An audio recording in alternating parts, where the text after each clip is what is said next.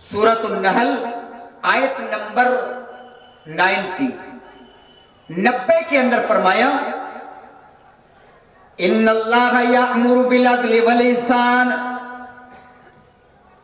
وإیتاء ذی القربى وینہی عن الفحشاء والمنکر والبغی یعظکم لعلکم تذکرون۔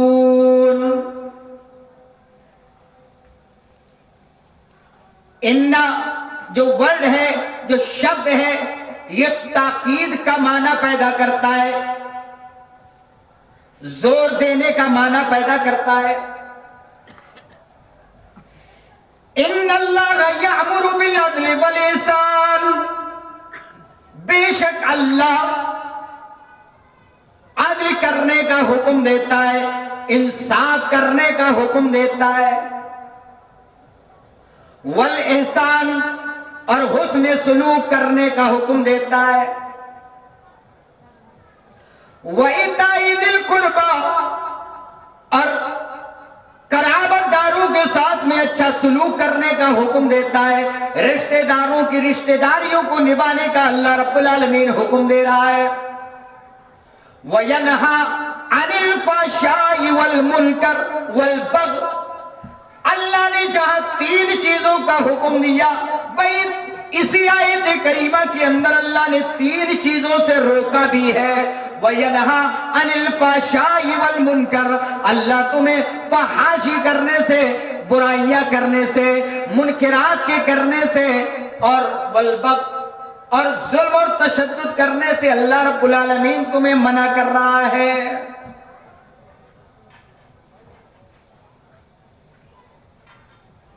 حضرت عبداللہ ابن مسعود رضی اللہ تعالیٰ عنہ کہتے ہیں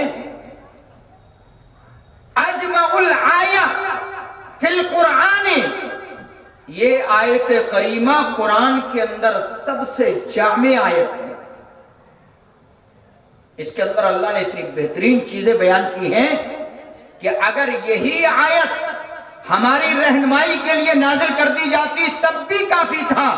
اتنی بہترین آیت کریمہ، اس کے اندر دنیا کی تمام چیزیں جمع ہو گئی ہیں۔ کیا؟ نمبر 1، ان اللہ یأمر بالعدل، اللہ تمہیں انصاف کرنے کا حکم دے رہا ہے،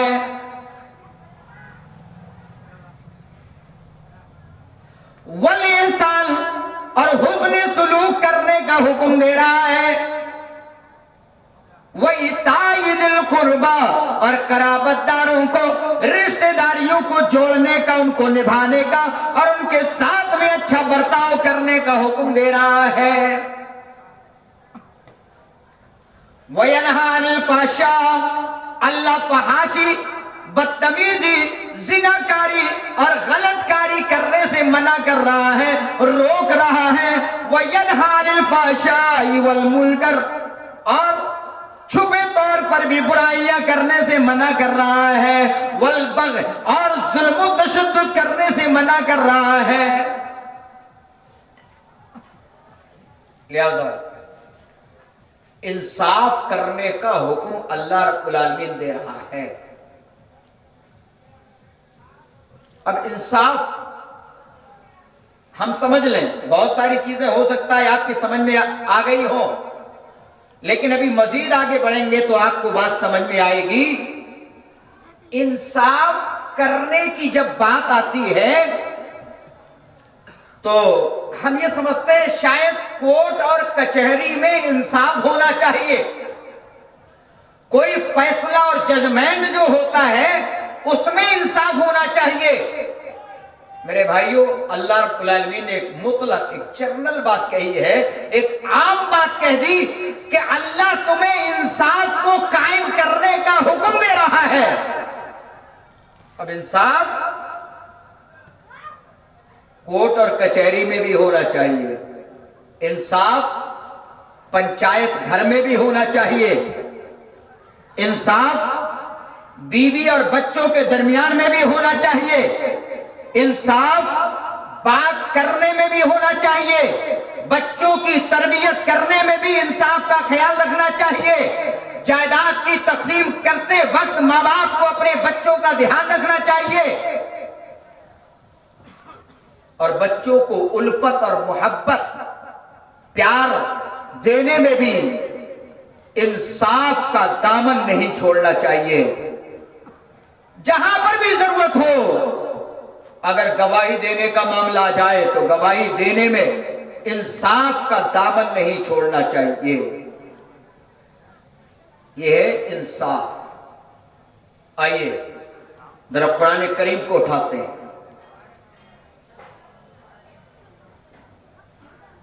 سب سے پہلے ہم لیتے ہیں اللہ کی عبادت کرنے میں انصاف. اللہ نے ہمیں کیوں پیدا کیا ہے